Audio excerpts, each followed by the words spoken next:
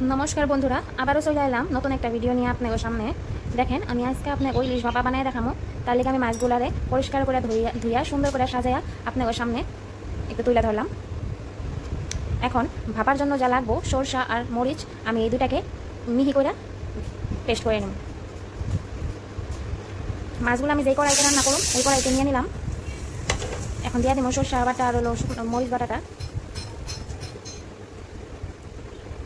Add করুন অল্প হলুদ গুঁড়া, কালারটা সুন্দর হওয়ার জন্য দিম অল্প মরিচের গুঁড়া, লবণ, আর ভাপার জন্য যেটা স্পেশাল ওটা হলো সরষা তেল। সরষা তেলটা আজকে একটু বেশি দিব।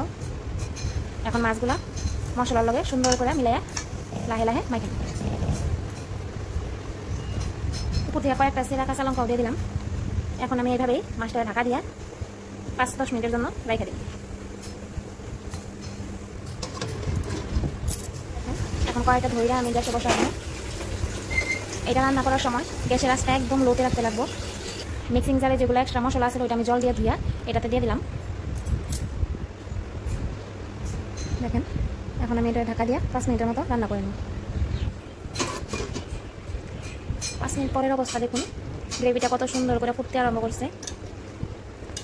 মাছগুলো আমি উল্টাই দেওয়ার চেষ্টা করুন না, কারণ উল্টাইতে গেলে হয়তো ভেঙে যেতে পারে। এর জন্য আমি লাহে লাহে নিচে থেকে একটু নাড়িয়ে দিব, যাতে করে নিচে লাগে না যায়। আমি ওইভাবেই আরও 2 মিনিটের মতো রান্না করে নিলাম মিডিয়াম ফ্লেমে রেখে। নামানির সময় হয়ে গেছে। নামানির আগে আমি একটু দিয়ে দিব আবারও কাঁচা সরষের তেল। এখন আমি এটা বড় একটা পাত্রে ঢেলে নিব। দেখেন কত সুন্দর হয়েছে। গরম ভাতের সাথে আপনারাও অবশ্যই এটা ট্রাই করবেন। আর কেমন লাগলো ভিডিওটা অবশ্যই একটা কমেন্টে জানিয়ে যাবেন। ভিডিওটা পুরোটা দেখার জন্য অনেক অনেক ধন্যবাদ আপনাদেরকে।